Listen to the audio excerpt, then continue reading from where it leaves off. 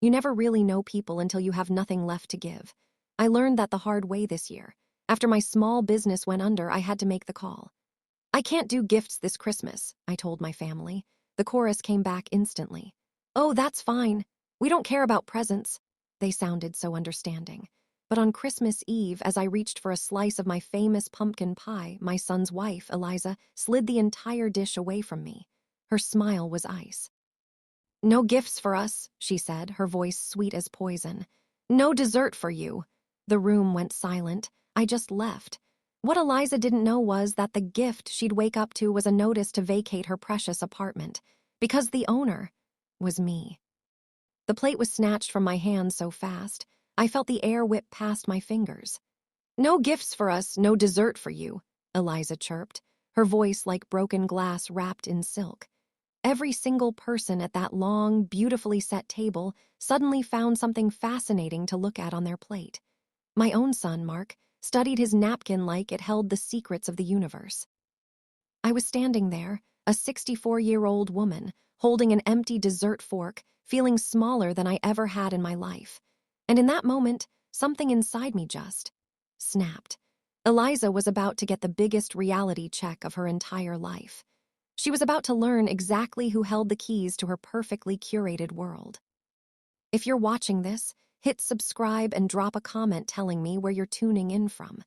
Let me rewind a little. Let me tell you how I ended up in that nightmare. Standing in a room buzzing with laughter that suddenly died, being treated like a charity case at my own family's celebration. 8 months ago, my life was solid. I ran a little flower shop in town, blooms and things. It was my heart. Then a big chain store moved in and my little heart just couldn't compete. I watched my life's work wilt away. I was honest with Mark and Eliza. I told them the shop was closing. What I didn't tell them was that I'd been smarter with my money than they could ever imagine. They thought I was sinking. Meanwhile, I was sitting on a mountain they knew nothing about, but pride, or maybe something else, made me say those words. I can't afford Christmas gifts this year. The reaction was like a script. It's totally fine, Mom, Mark said, giving my arm a patronizing squeeze. Eliza just nodded, a quick, sharp little bob of her head. I could practically see the calculator in her eyes turning off. No more expensive handmade quilts from me. No more lavish toys for the kids. How convenient. I realized then I wasn't just telling them I was broke. I was giving them a test.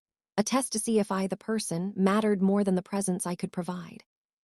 Let's just say, they failed miserably. Christmas Eve at their apartment was a masterpiece of Eliza's design. Everything was white and silver, like a winter wonderland designed by a robot. The whole clan was there. My sister, Mark's cousins, Eliza's perfectly coiffed parents. I was tucked away at the end of the table, right next to the swinging kitchen door. The conversation was a whirlwind of promotions, new cars, and exotic vacations. I might as well have been a ghost. When dessert was served, I stood up to help clear, a habit from a lifetime of being the hostess. That's when Eliza materialized in front of me, a human wall in a designer dress. Oh no, Helen, she said, her voice dripping with fake concern. You just sit, you've done enough. The message was crystal clear. I was no longer a contributor, I was a burden. And then she made her little speech. That Christmas dessert was a privilege for those who had fully participated in the spirit of giving. You could have heard a pin drop. Mark suddenly became very interested in a loose thread on his cuff, and that's when I decided I was done. Walking out of that apartment was the hardest and easiest thing I've ever done. I didn't cry. I didn't scream. I just got my coat, wished the wall a generic happy holidays, and left. The cold night air felt like freedom. I sat in my old, sensible car for 5 whole minutes, letting the truth settle in my bones. Then I drove back to my tiny, rented cottage, poured a glass of whiskey, none of that wine nonsense, and opened my laptop. It was time for Eliza to meet her landlord. The property management portal loaded instantly. Harbor Light Holdings had a neat list of properties. One of them was a gorgeous, modern apartment downtown. The tenants, Mark and Eliza Reynolds.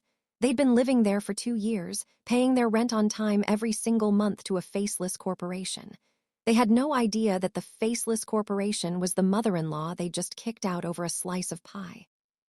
You see, when they were desperate to get into that building, I'd secretly bought the apartment through my company. I gave them a sweetheart deal, rent that was half what their neighbors were paying. They thought they were just incredibly lucky. They didn't know their luck was my love, poured into a bank account every month. The irony was so thick you could cut it with a knife. While Eliza was looking down her nose at my financial struggles, she was living in a home I owned, paying rent that I subsidized, decorating with art that I had chosen for the space before they ever moved in. I had set this whole thing up for them when they couldn't get a loan. Mark thought he'd charmed the property manager. Eliza thought her negotiation skills were legendary. They never knew their fairy godmother was the woman they now saw as a pauper. But every fairy tale has a villain, and tonight, they had chosen to cast me in the role. Well, if I was the villain, I was going to be a spectacular one. The lease was full of wonderful legal clauses about owner prerogatives and market adjustments. All perfectly legitimate, all about to become very, very real. I spent Christmas morning going over every document. The rent differential, the upgrades I'd paid for, the fees I'd covered. It added up to over $60,000. $60,000 from the woman who was too poor for Christmas presents. The next day, I called my property manager, Mr. Abernathy. "Helen," he boomed. "Merry Christmas, how are the family?" Mr. Abernathy was one of 3 people who knew the truth about my holdings. "I need an inspection for the Grand Avenue property," I said. "A full one, and Arthur, it's time the tenants met their landlord." I dressed with purpose. I put on the cashmere sweater my late husband had given me and my real pearl necklace. I looked like the successful businesswoman I was, not the struggling grandmother they imagined. I met Mr. Abernathy outside their building. He gave me a small, knowing smile. "Ready for this?" "I've been ready for months," I told him. We rode the elevator up in silence. Mr. Abernathy rang the bell. The door swung open to reveal Mark, looking tired and confused. "Mom, what's going on?" Mr. Abernathy stepped forward. "Mr. Reynolds, Arthur Abernathy from Harbor Light Management. We have a scheduled inspection. This is Helen Wright, the owner of this property." The blood drained from Mark's face so fast I thought he might faint. "Owner," he whispered. Mark just stood there, his brain trying and failing to process the information. "Owner," he repeated like it was a word from a foreign language. There's been a mistake. My mother doesn't own property. She lost her shop." Mr. Abernathy consulted his tablet with calm professionalism. "Our records are quite clear. Harbor Light Holdings, which is solely owned by Ms. Wright, purchased this unit in May 2021. He handed Mark a business card. "Shall we proceed?" Mark stumbled back and we walked into the apartment I had chosen for them. The entryway with its beautiful herringbone floor looked just as stunning as the day I'd approved the design. "Eliza," Mark called out, his voice tight. "You need to get out here, now." She came out of the bedroom in silk pajamas, her face a mask of irritation that quickly morphed into shock. "Helen, what is this?" "This is Mr. Abernathy from the management company," Mark said, his voice hollow. "And apparently, Mom is our landlord." The silence was heavier than any I'd ever felt. Eliza's face went through a rainbow of colors before landing on a sickly white. "That's ridiculous," she finally spat out. "You live in a cottage. You lost your business. You couldn't even buy us Christmas presents." I took off my coat and laid it neatly over the back of the sofa I'd helped them pick out. "I live in a cottage because I like it. I told you I was broke because I wanted to see what you would do. And yes, I lost my shop. But my dear, I haven't needed that shop's income for a very, very long time." Mr. Abernathy was already moving through the living room, taking photos and notes. "I don't understand," Mark said, and for the first time in years, he sounded like my little boy again. "Why wouldn't you tell us? Why let you think what?" I asked softly. "That you were self-made superstars, that you'd landed this incredible home all on your own, that you didn't need anyone's help." I walked over to the bookshelf, tracing the wood I'd paid to have custom built. "I thought those were nice stories for you to tell yourselves." Eliza was shaking with anger. "You've been DCAVNG us for years." "Have I?" I turned to face her. "When did I lie, Eliza? When you assumed I was poor and I didn't correct you. When you decided my value was tied to my wallet and I let you. That's not lying. That's letting you show me exactly who you are."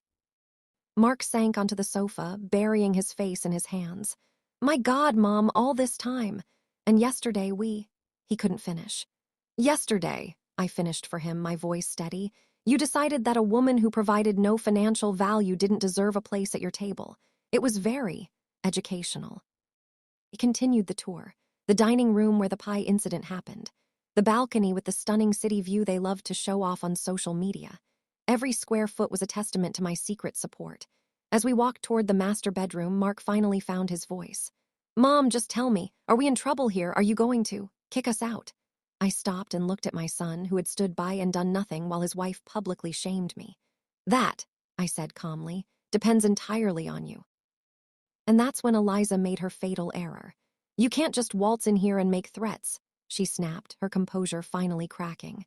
"We have rights, we've been perfect tenants, you can't evict us because your feelings are hurt." I smiled, a small, quiet smile.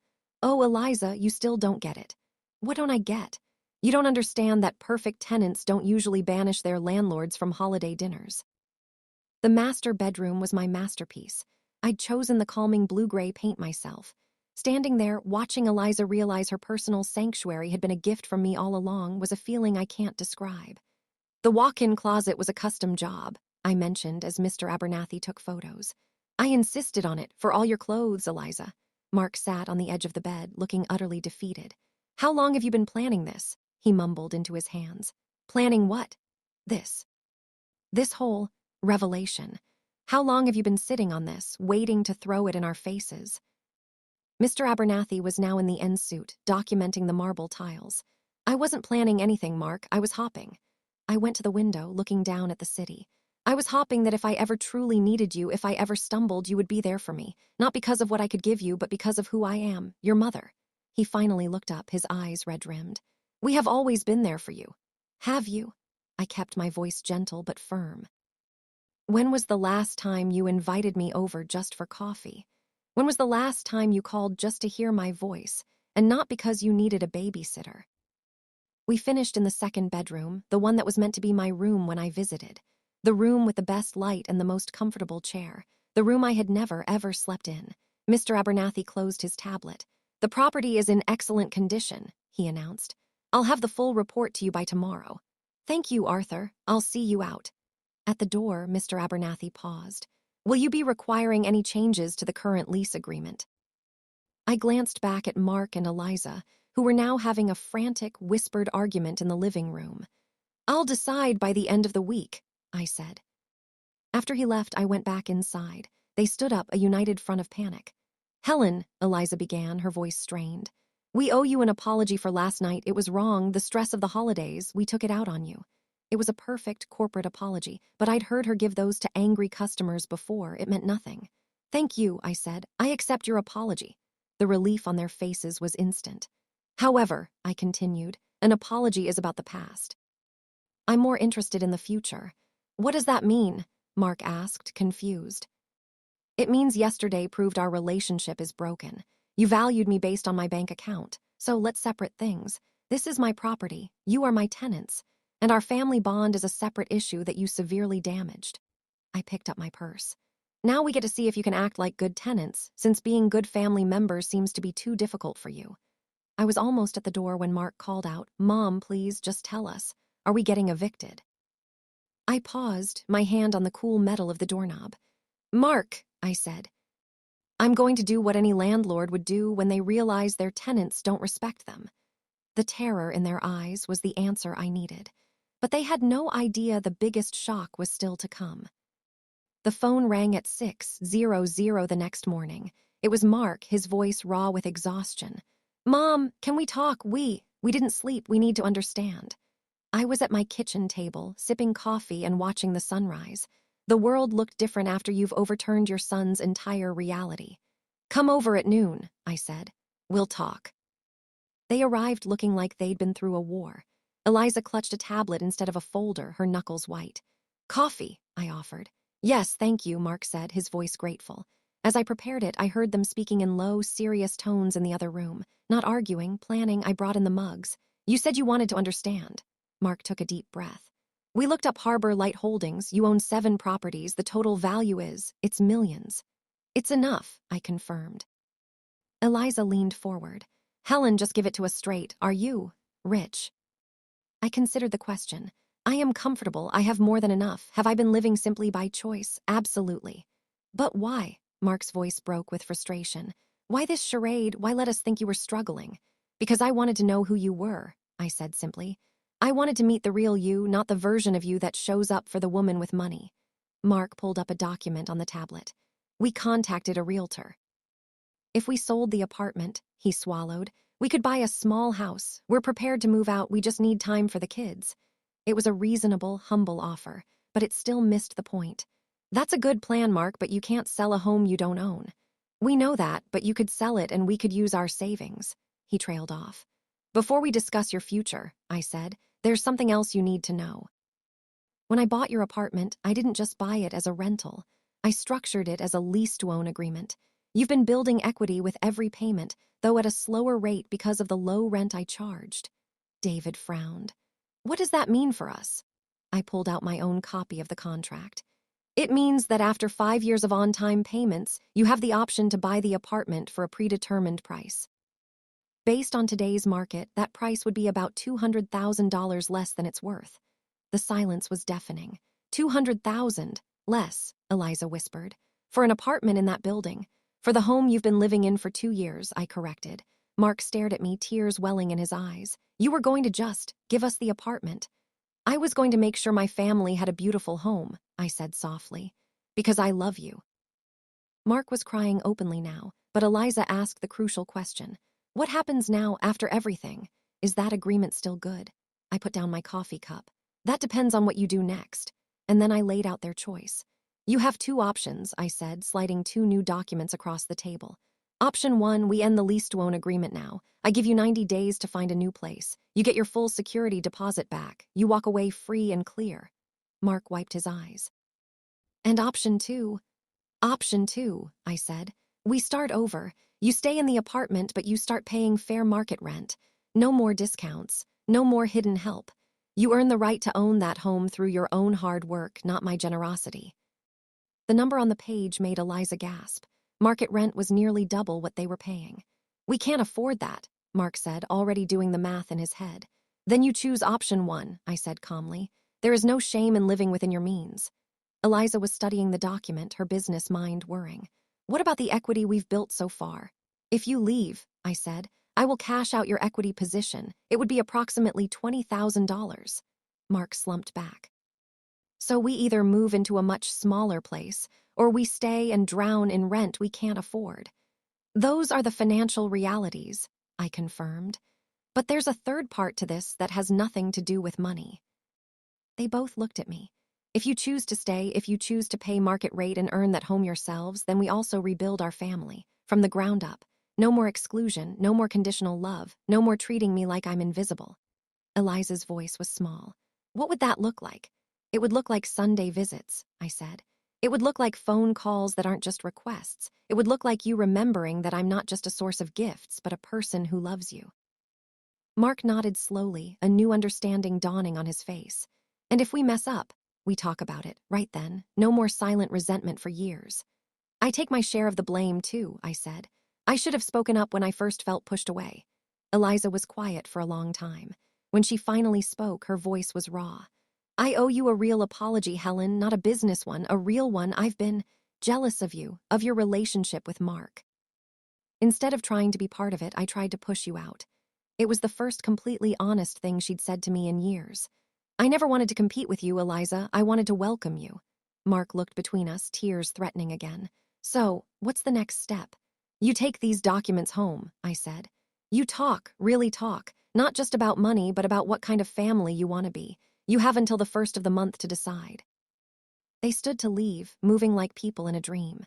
At the door, Mark turned back. Mom, if we choose to leave, if we can't afford to stay, will you still be in our lives? Will you still see the kids?